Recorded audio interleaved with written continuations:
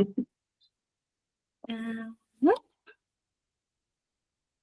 Hello, everyone. I'm so excited that you're tuning in today. Today, we have an exciting guest, Mandy, on the show, on the channel. And she is a financial coach and specialized for entrepreneurs and individuals, and having her own company doing so. And I got to know her because I did some interviews with women and financial advisors on the topic of women and finances and stress. And we had such a good and exciting conversation. I was like, I really would like to bring that to YouTube because she had so many valuable insights to share. So that's why we scheduled this interview today. And we will talk about the emotional part of finances. So great to have you. Thank you very much. Thank you for that introduction. Thank you for having me here. I think it's a wonderful topic to be talking about. So Yes. important for so many people. Let's start with, why are you passionate about talking about finances? Finances for me is a way to connect with people on a very personal level. The finances of people are tend to be very private about their finances. That's a very culturally cultural way to deal with these things. So it's a very personal thing, and there's a lot of shame around the finances. All throughout our society, there's people with lower incomes or higher incomes. Everybody has a stress and emotions about their finances. So yeah, just using those finances and helping people with the finances. I love the numbers. I love working with money and all things around that. But I also, especially, really am passionate about helping people and working with their finances, helping them or get that organized, get that back on track, helping them see what they're actually doing in their finances is a big part of that. That really brings out the struggles that people have in the rest of their lives. And that is a very good way. There was already so much in just what you said. So hearing you say that finances is such a personal topic, and by talking about finances, you actually like very intimate, have intimate conversations with people. And also you said a very important thing, and that's the topic of shame. So I wrote down a few questions. I knew that we will have enough to talk about, but I wrote down a few questions, and one was shame. And you said it in the first sentence. Yes. Like, yes. So yes. Let's first talk about, why is talking about finances so personal? As I said, that's a very that's something that's built into our society. There's a lot of pressure put on people to perform well financially, and to show that they are just as good as anybody else financially, and that they have the same income, and that they need to show that. Where you see that people who really have a confidence in their finances don't feel the need to show that. But that's not a lot of people. So a lot of us have that. What happens behind the scenes within their homes, is often something very different. They're wanting to show one thing to the world, to their friends, to their social circle, but struggling to keep that image. And especially when things really go wrong, when people are getting more and more into these problems, they will feel ashamed about that, ashamed that they're not good enough, and that their friends have it better, and they're not able to keep up. So I hear you saying that it's not in our culture to talk about finances. So you grew up in the Netherlands, right? Yes. I grew up in Germany. I'm wondering, when you said that, which cultures are more open to talk about finances? Do you know? Well, I know that in the United States, there is a much more open culture about that. And I believe that that has to do with people being proud of their finances, being proud of being able to say, I make this much a year, I make that so much a year, and this is what I can take home. In the Netherlands, that is something we don't talk about. We show it. We show our nice car, we show our nice new furniture, our nice new clothes, but we don't talk about that. And we especially don't talk about problems that we have. So that's a big one. And how would you think that is in Germany compared to the Netherlands? Hmm. That is a very good question. I think you still also don't talk about it so much. Mhm. However, the environment that I am here in the Netherlands is very much business focused. So I feel like here, because I'm like all the people I'm around are entrepreneurs, talking about finances is way more like a normal thing.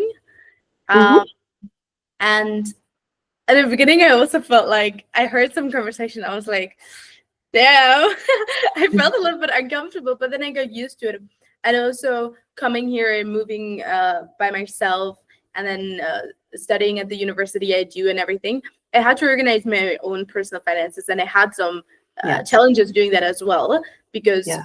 it's my first time having so many responsibilities and actually so many expenses as well. So it really helped to go up to people that I can trust or that I can see as Yeah. have expertise and then just ask for help. And I realized I blocked so many financial opportunities because I was ashamed. And when I Yes. said, okay, I'm really scared to communicate that to some of my family members, but also some like even getting scholarships or things like that. When I did, I got scholarships, I got opportunities, and I was like, Yeah. Yeah. what? I was blocking Yeah. that the whole time. Yes, yes, and you're not the only one. And even as a student, because I believe that as a student, there's you're viewed as still dependent in a way. It's accepted that you're dependent. So even as a student, you felt that. Yeah. Which, because if you go on to young adulthood after college, after doing that, starting a family or starting a relationship, getting into buying your first home, then the level of pressure that is put on you Mm. to show that you're doing well becomes even higher. Oh, yeah, I love that you say that. That's Yeah. why I'm so passionate about it, because I think financial education should be part of you getting educated. Yes. Yes. Um, and that's why I love having these interviews, because I was Yeah. like, no, I really want to be educated and like create a Yes. platform for financial education for Yes. women. Yeah. Absolutely. And also, what I see is what you said, because talking to people who are business owners or working around business, that is a subject that people uh, uh, in the Netherlands will talk about. They will talk about what they that is closer to the American culture in that Mm, that we are proud of what we have been doing. We can tell each other how much we've made or how much profit we've made the last year and the steps we take. For women versus men, it's a bit different, but talking about our business finances is easier for us than our private finances. that is true. When you say it, that's Yeah, true. yeah, yeah. Because personal feels so personal. It does. It Yeah. does. It does. And very many people would benefit from being able to talk about it and being more educated and being open. I think as a country as a whole, we are not educated in how to handle our finances, Mm, how to get through that, how to get through difficult times, how much we need to save, how much, what things we need to be insured for. All those steps, the steps that we can make towards our future, how to build that. And people aren't educated in that. Young people are not, and we're not allowed to talk to it. We're just supposed to be doing very well, but you don't mm, get there all of a sudden. It takes a lot of steps, and some are lucky.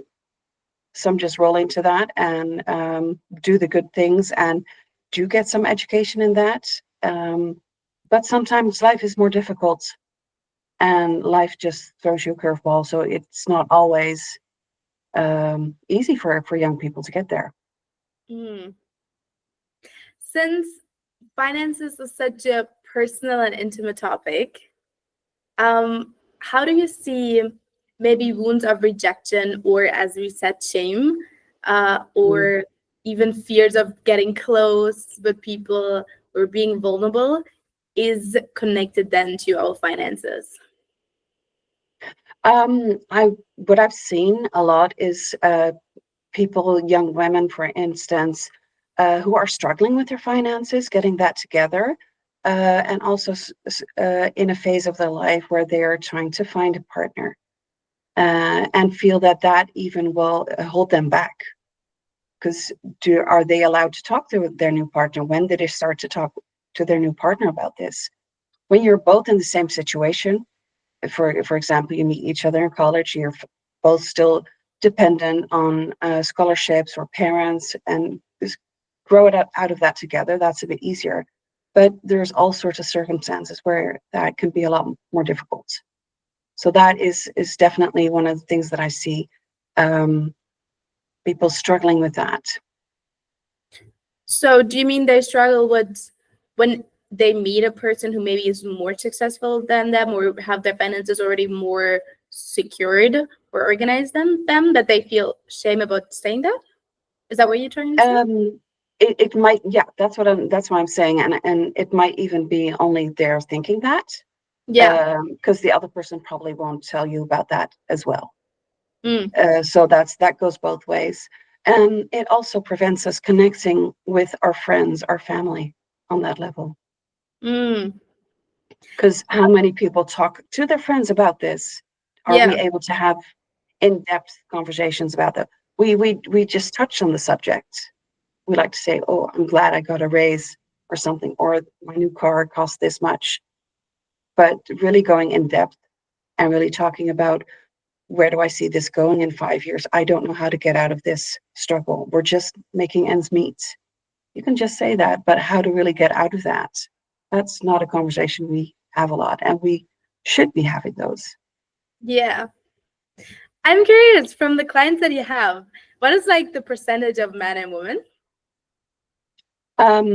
Well, actually, I thought it would be more women coming to me, because that was my perception at first, that women would be the ones that were willing to talk about this as the caretakers. But there are quite a few men coming forward and asking for help in the finances and asking for help to get this organized. So that has helped me see that there is still a lot of shame with the women, and there is still a lot of shame with the women trying to figure out their finances and not being able to do this, and keeping everything that happens within the family home behind closed doors. Yeah. So, yeah. Yeah, the shame part is such an interesting subject because it's so much deeper than just the finances. Probably Yes, it shows up in other areas as well for them. absolutely. And when you see that the men and the women, they handle the problems with the finances very differently. Hmm. With the men, well, for both, it's a bit of entitlement. People feel like, well, I deserve to have this, I deserve to have that, and they start there and build their financial awareness from there, where what they need to have and what they should be getting. And after that, you can see, well, what do you have to spend? So what do we have? What do you want to spend? What do you want to be saving? Yeah. Where I would say, let's turn that around. Let's start with with what you have and what you should be doing with that. Um, the men will be more confident about Hmm. their things, even if they're not earning so much. It doesn't depend. This is generalization. It doesn't depend if they're high earners or low earners.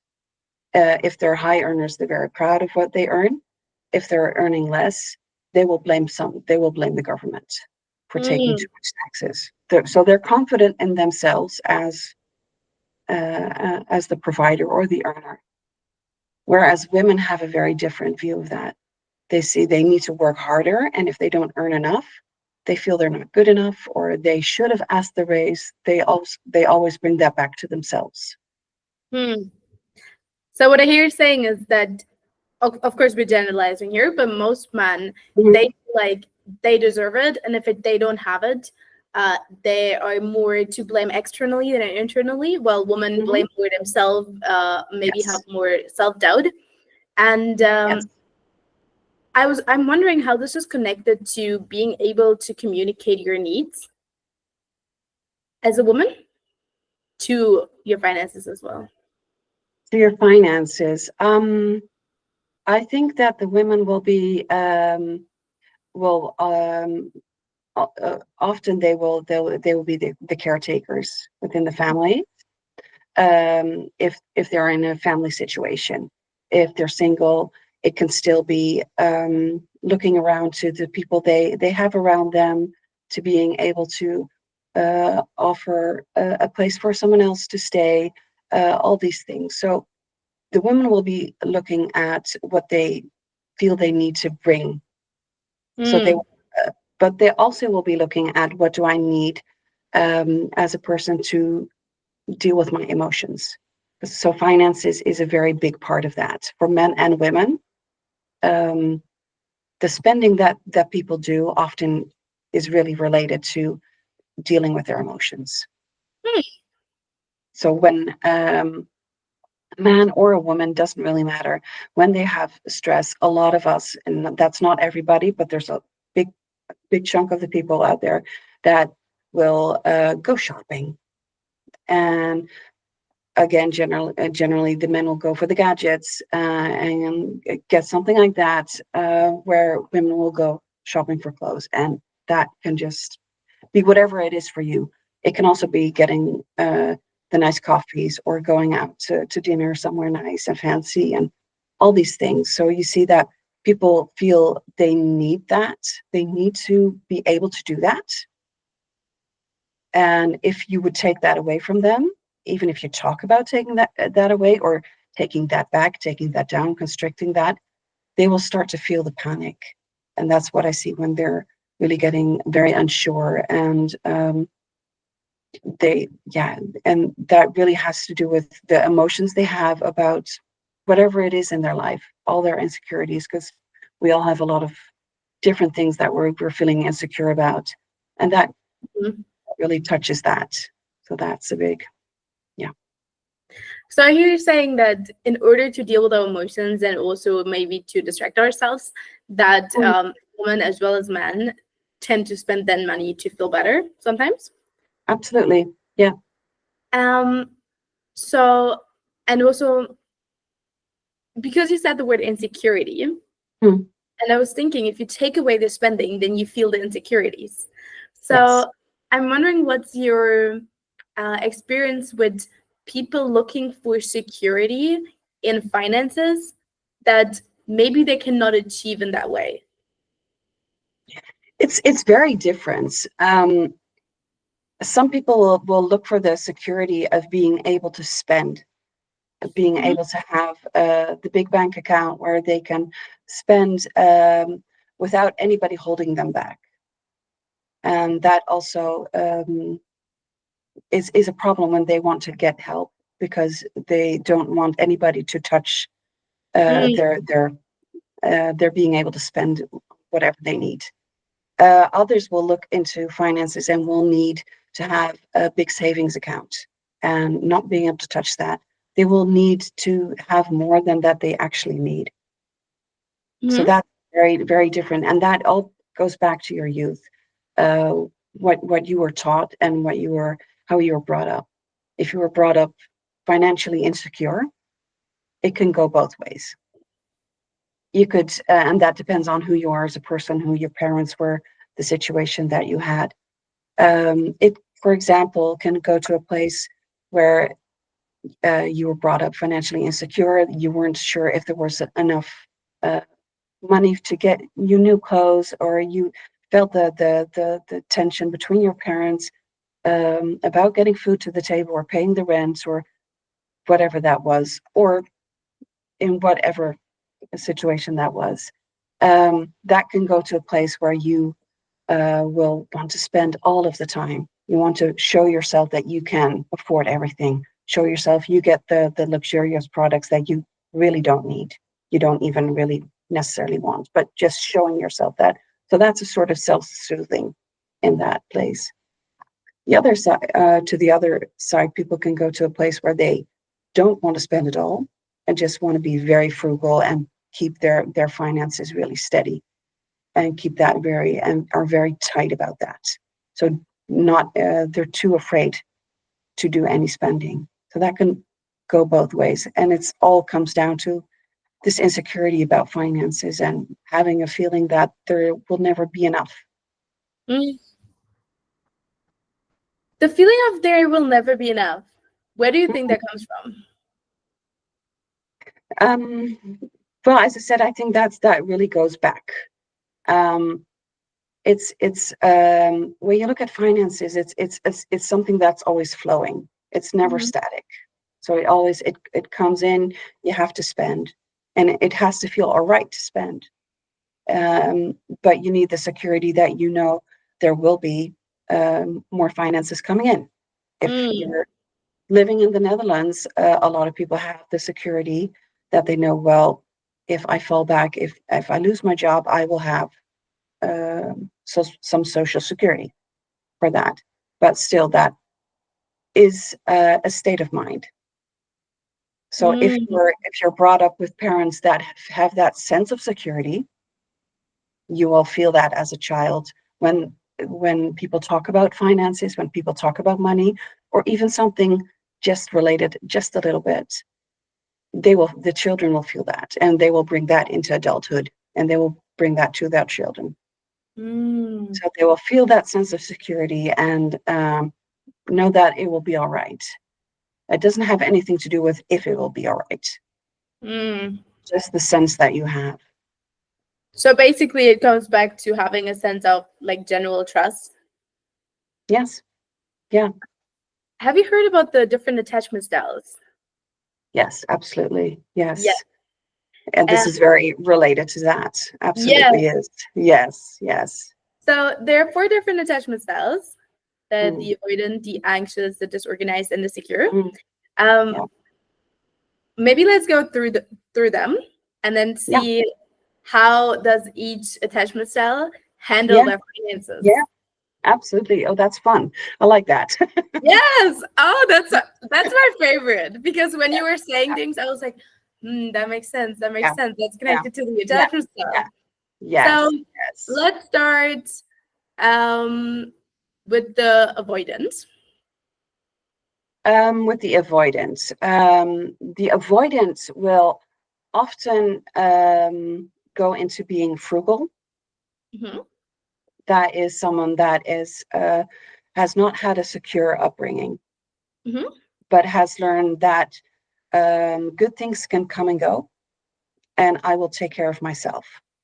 So I will not rely on someone else. So this person will choose for a career that will bring in good money.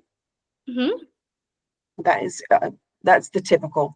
So that is what someone will do, and will not take a lot of risks in his finances. So he will want to have a very as secure as possible place to be in his life.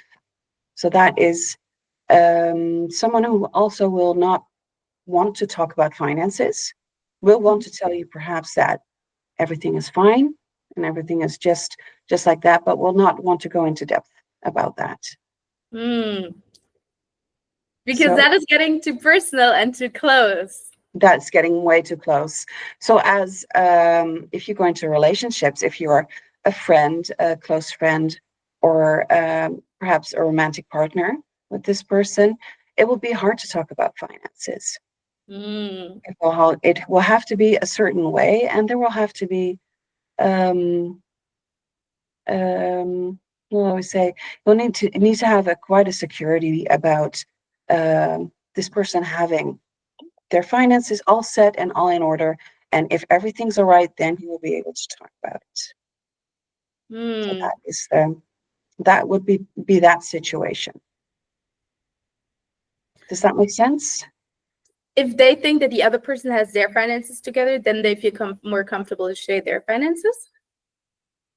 But mostly if they have their finances together. Oh, they have their own finances. Yeah, makes sense, because then that feels less vulnerable, right? And avoidant has a more complex, harder time. And I think that the avoidant personality will go quite into very defensive about finances. So that would be either in career-wise or towards the people around them. So there will be a lot of emotion behind that this person will not show as being emotional vulnerable, but that can come out. I don't know if aggressive is a bit of a too big word, but very defensive. Yeah. So how is it for them to earn money? It's absolutely a necessity. And it's something that they need to earn the money to get a sense of security. And I'm just thinking about being a business owner or being working for a company. The avoidance could go both ways, but will not be the very adventurous business owner. So you have that. So people, I think they would tend to go into a place where they either have a very solid business plan, where they know they can earn this and that. And I'm thinking about accountants. You're going into that kind of business, very, very structured, very solid business plans, or working for a company as an employee and having a steady paycheck. That is something that would give them that sense of security. Okay. So they avoid the closeness and vulnerability, and they need a level of security.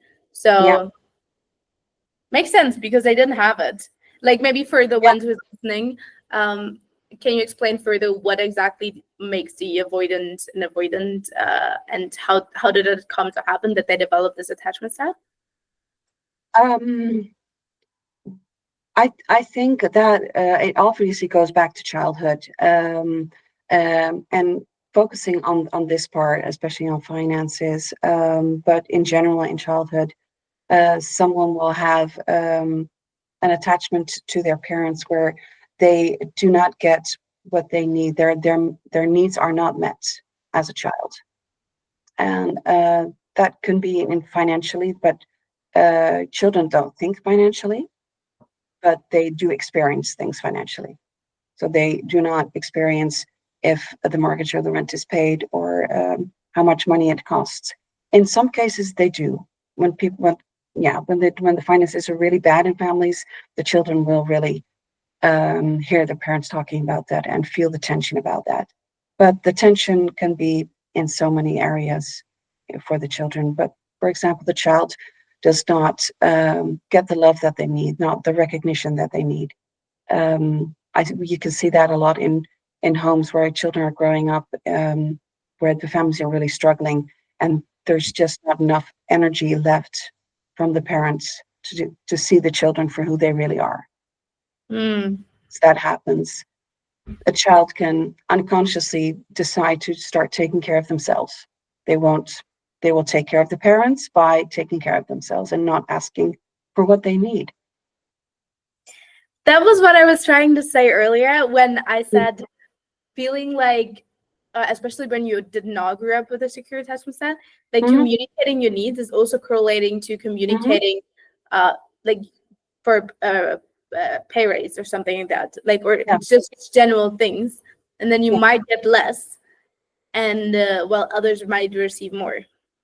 Yeah, you might, but this child will grow up to be someone who will take care of themselves, take care of the people around them, and feel secure being in that position. If this person wants a pay raise, they feel they need that as for their children, for their partner to be that person. So they do feel they need to do that. So you would say the avoidant doesn't even have a problem with asking for things if they would need it? They not on that level. They will have a problem asking for emotional support. Okay, that makes sense. That makes sense. Yes. Also thinking about the avoidance, I know. Yes. That makes sense. That makes sense. Yeah. so that they will not ask their family for support in anything like that. They will go to they will be the business owner who has everything covered. They will charge enough to their clients, and they will ask their boss for a pay raise, but they will not be emotionally connected to these people. And that's why they're able to do that. Oh, that makes so much sense. It's clicking. Yes. Yeah. I love that. They will not be able to if this is a parent, it will be hard for them to parent their children where they allow them to see their insecurities about money, about finances, and everything around that. Because that's what you end up with, someone who wants to have everything in order, and these children will grow up having a very high standard embedded in them. I need to live up to this standard that mom or dad set. Yeah. So there's not enough space for emotional vulnerability, financial vulnerability, because we do have financial vulnerability. Even how well we do everything, even how much money we have saved in the bank or put in mortgages, or sure, there's a level where you're safe, but not a lot of us are in that situation where you have so much money in the bank and in property and everything that you can't be touched. Yeah. That's just not the reality of life. You can always be touched. What do you mean with being touched? Financially, you can always be you can always have setbacks. Things can devaluate. Oh yeah. Can go wrong. Everything like that. And even if you have a very high standard of living, you're used to that. Unless you keep yourself at a very low level of spending and have 80% of your income or 80% of your earning going to savings. Not a lot of people are able to do that. So you always grow with your spending, with your income and your spending always grow together. Yeah. Okay. But it does. Yeah. Yeah. Let's go to the anxious attached. How do they develop and how do they show up with earning money and handling their finances? Yeah. So the adults with an anxious development attachment style has had a parent that has also not had a very secure attachment as a child, but has had the opposite reaction actually. So they'll want to get reinforced time and time again with their parents. So they keep going back to the parents. They also have not had their needs met as a child. So again, in a situation where there's a lot of insecurity, a lot of tension, parents are unavailable to the child. So this child will grow up and keep looking for the security, and that could go into spending as an adult. That could because that will give them time and time again. They will spend. They will go get the gadgets. They will go get the clothes. They will buy the new house, get the new kitchen, whatever it is that they feel they need, and that will give them the confirmation that they are a good person. They're a great person. Everybody loves and adores them because that's what they need.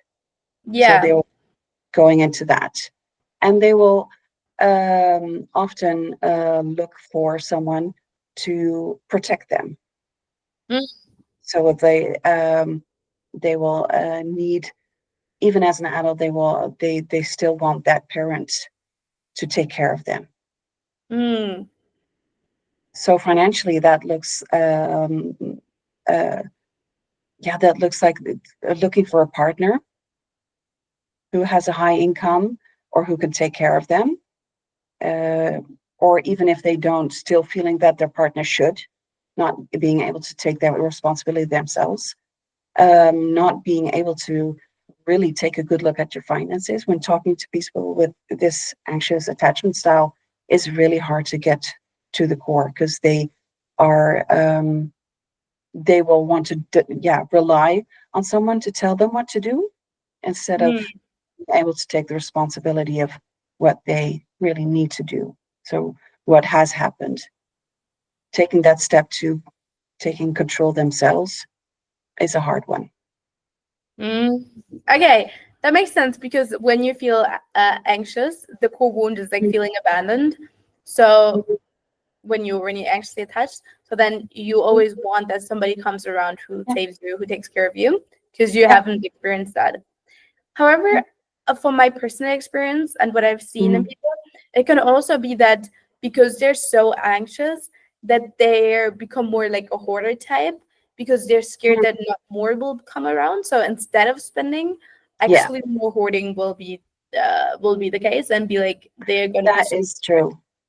Yeah, yeah that is true. That's true. That's the other way of going around that. yeah That absolutely.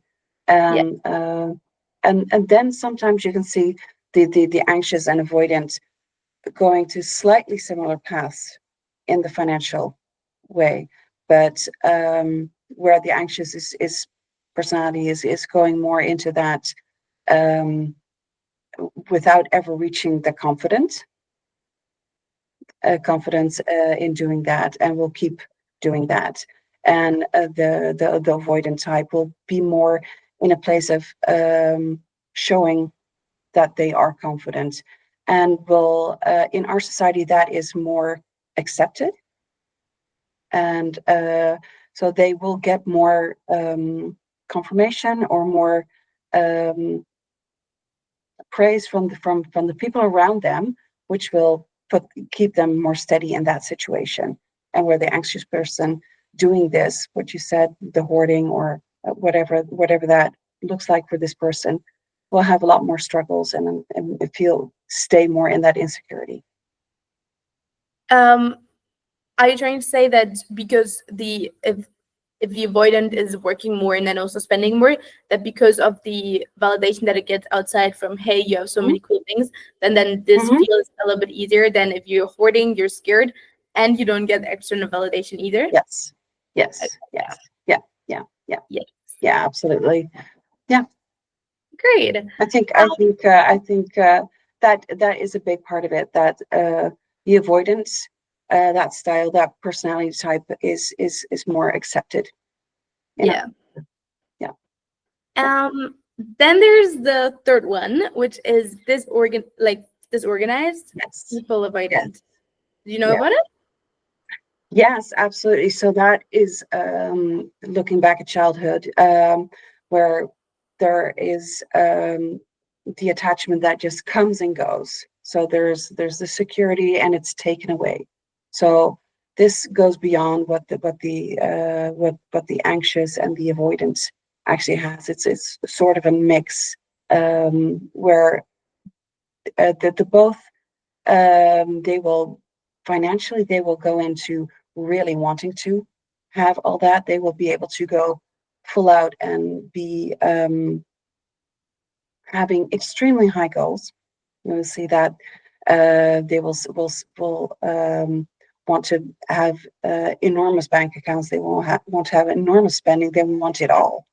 So they're on the one side they're really trying to keep everything in check, but they're very afraid of what they feel inside.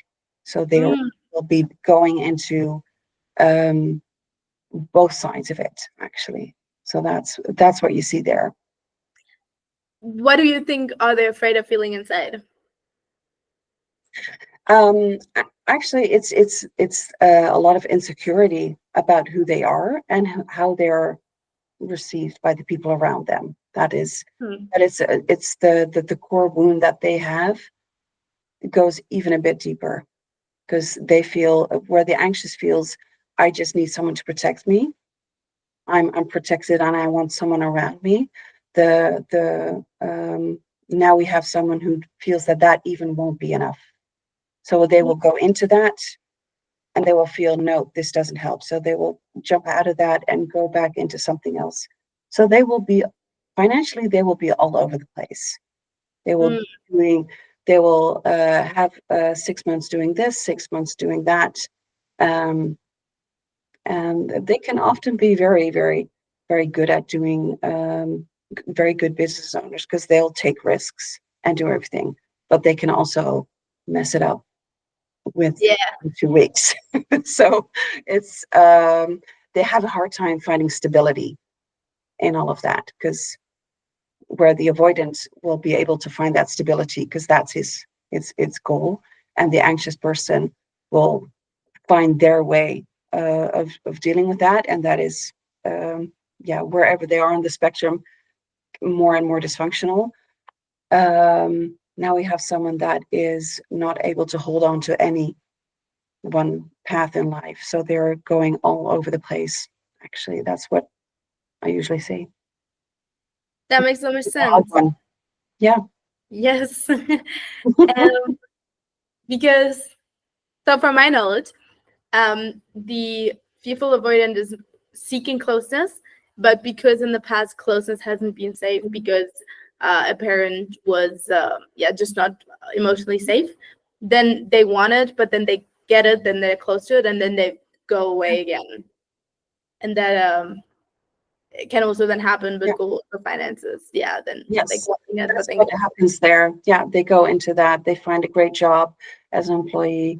But after being there for half a year, as I said, they will get closer and closer to the people there, and that will, what they first thought that would heal them, that would feel great, and people will love them for what they're doing and give them praise. Now all of a sudden that feels very scary, and they'll be just gone without, they'll just quit their job and have a completely new life goal. They're now a new business owner, or they have a new other job, and that really stands in their way of building what you need to do financially. You need to build. You need to take steps. Take steps going forward. that makes a lot of sense. Yeah. Yeah. Okay. So the last one is the secure attachment style. So how can it go the good way? How can it go the good way?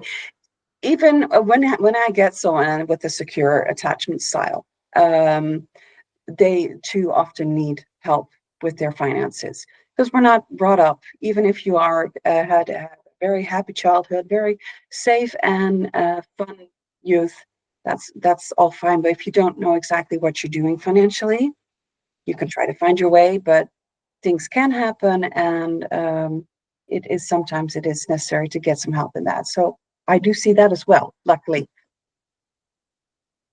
someone will be able to look at their finances, because when I work with people, one of the first things we do is we take a look back. That's one of the least fun things to do for people, but we look back, for example, for 3 months, and we take all the bank statements, and we see what they have been spending. Mhm. And so what they have been doing, and that is almost always very, very confrontational. So that is not fun for them to see. That is hard to see. This person will be able to deal with that, so that we will be able to get through that quicker. Where people with different attachment styles will have a harder time handling that, because that will they're dealing with their emotions is very attached to being able to spend or being able to save, or not making any decisions. That feels can be very scary for them. So this person will be able to do that, and we will be able to make steps. And even though when someone is in financially a very insecure place, with help, you can look forwards. Without help, it's really hard to stay, to be where you are and look to the future and make decisions that are good for you in 1, 2, 3, 5, 10 years. When you're in a financially insecure place, it's people tend to focus on fixing whatever problem is at hand right now. Yeah. Help this person will be able to do that. Yeah. So what I hear. Sorry. Yeah. I just said, so that's what I see in with that style. Yeah, so what I hear you saying is that because they have a secure attachment style, which means in the past growing up, they had a level of their needs were getting met, that Yeah. yes, they might not have financial education, but when they then go to an expert like you, then they Mhm. have an easier time to do things that are hard. They're hard for Yeah. everyone, but Yeah. Yeah. because they have more, there are not too many emotions or basically traumas coming up Mhm. while doing that, it then is easier and faster Yeah. for them to do so. It's yes, that's Yeah. exactly so. It's not that that makes that they have the financial knowledge and they have the skills to do that, but they will be able to learn Yeah. that easier Yeah. than the others. Yeah. Now Yeah. I'm curious. Um, which attachment style did you grow up with, and how did you see that? Ooh. That's quite a personal one, isn't it? If you don't feel comfortable saying it, you don't have to. I think I'd rather skip this one. Yeah. Yeah, All right. because I wanted to say, so I grew up having a more Mm, people avoidant yeah. attachment style. So that's when you were saying that. Yeah. Yeah. That's how I got into all of the work, and that's how I Yeah. realized that it has so much to do with finances Yeah. and has so much to do with the nervous system and Yeah. people just giving me logical answers to financial matters. I Yes. realized, yeah, it's not helping. That's why I started Yeah. to do like, all Yeah. of this research and Yeah. going more into this topic. And also, like, so my goal is to bring in financial advisors and then me Yes. from nervous system Yes. perspective and attachment style perspective, Yeah. and then create like a nervous system and attachment and style informed financial education. Because Yeah. wherever I read books or anything, Mm-hmm. often these aspects were not included. Yeah. Yeah. You can read all about that, and you can read a lot about all the emotional stability that you can find, and all about the traumas that we've been through. But bringing that together is often very hard. Yeah. And I believe that working with people through something as very practical as finances is a great way to not only get their finances in order, because that is in the base is the goal of what I do, but also to work on whatever is underneath that. Yes. It because it really shows you where you are and what you're doing. So to be able to move forward, we're going to. If I would work with you, we would have to address those issues as well. Yeah. Yeah. Yeah. You 100%. actually get actual practice in doing that. So if you're uh, as the example I said, I will show you 3 months of your finances, and we'll have to look at that. That's actual practical Yeah. confrontation about what you're doing, and that doesn't have that much to do with your finances. More about who you are as a person, and what Yes. you choose to do. Yeah. I remember our first conversation, you said that you only look 20% of the time that you spend with your clients at the factual numbers and Yeah. 80% on the stories and emotional topics. And I was like, Yeah. yes, this is what I'm trying to say. Like, Yes. Yeah. Yeah. um, No, absolutely. Because it's just a vessel to get there. You look at the numbers, and it's what they say. And if you want to change something about that, it's not about me saying, right, you're spending 200 euros a month on that. We need to go back to 100. I could say that, but that does not change anything in how you behave and how you yeah. see yourself. It has everything to do with what you think about yourself. And why do you need to do that? Or if Mm, that's just something you do and you just are not in a place where you can change that. What's going on around that is, does that have anything to do with how you look at yourself, what you think your parents think of you, or perhaps what you think your partner, or you think that you need to do that as a parent, that you need to take care of your child in that way because otherwise they'll hate you. yeah. All those things, yeah. It's so interesting. I'm so passionate about this because when Mhm. you understand the connection between your Yeah, attachment style and your finances and then your yeah, physical reactions, it just yeah, makes so much sense. And then you're like, okay, I'm not wrong for maybe making mistakes or not so intelligent no, decisions. it's literally you trying to protect yourself and your body trying to Yeah, secure your survival. Yeah. absolutely. Absolutely. And it's just it's a way to look at where you are in your life right now. And there's nothing Mhm. wrong with that. You've come to a place in your life, and whenever someone comes to me and wants to look at their finances, that means they're ready to take a look at themselves and where they are. What? It's Oh, hard. It's I love really this. hard. Yeah, it's really hard. Oh. Can you And say that again? oh, I don't even know if I can, but whenever someone comes to me and is ready to take a look at their finances, they are ready to take a look at themselves and where they are in their life. And there can be nothing wrong with that. Mm-hmm. That's just being perfect. That's where you Yeah. are at that point. And they have expectations. People have expectations of themselves that when they talk to me, they will be able to change everything just like that. Two Yeah. talks with me and we'll be done. And Yeah. I can show you your finances in 2 sessions. That's not a problem. But getting there, and that's a Mm, hard thing for people to do. And some people will be afraid and will not have the confidence to think that they will be able to do it. So mm-hmm. they will need help in that, where I Yeah. can assure them, take little steps and break that down a bit so they can get through that. And other people will just be so harsh on themselves. Mm, But the way you treat your finances is something that goes back to your childhood, goes back to all the things you've learned, all the ways you look at yourself, the way you feel during the day, what you do, yeah. and all your needs being met. Because it tends to your really to your core needs. Mm, If that's even looking at the place where you live, the food that you eat, your clothing, those are all, yeah, very, very core needs. And then we have the way that you can present yourself to society. And yeah. then you have the emotions you have yourself and how you deal with that. So Yeah. in all of that, there's a lot going on. So There is a lot going on. That's true. yeah, yeah. And A changing lot that is going on. not an easy thing. Not an easy thing. But Um, it's really interesting. Yeah. yes.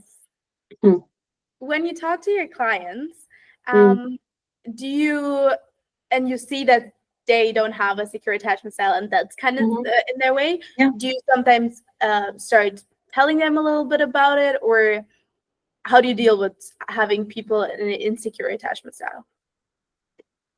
Um, we don't talk about that directly. Okay, yeah. Um, that's not somewhere I go. I see things with people.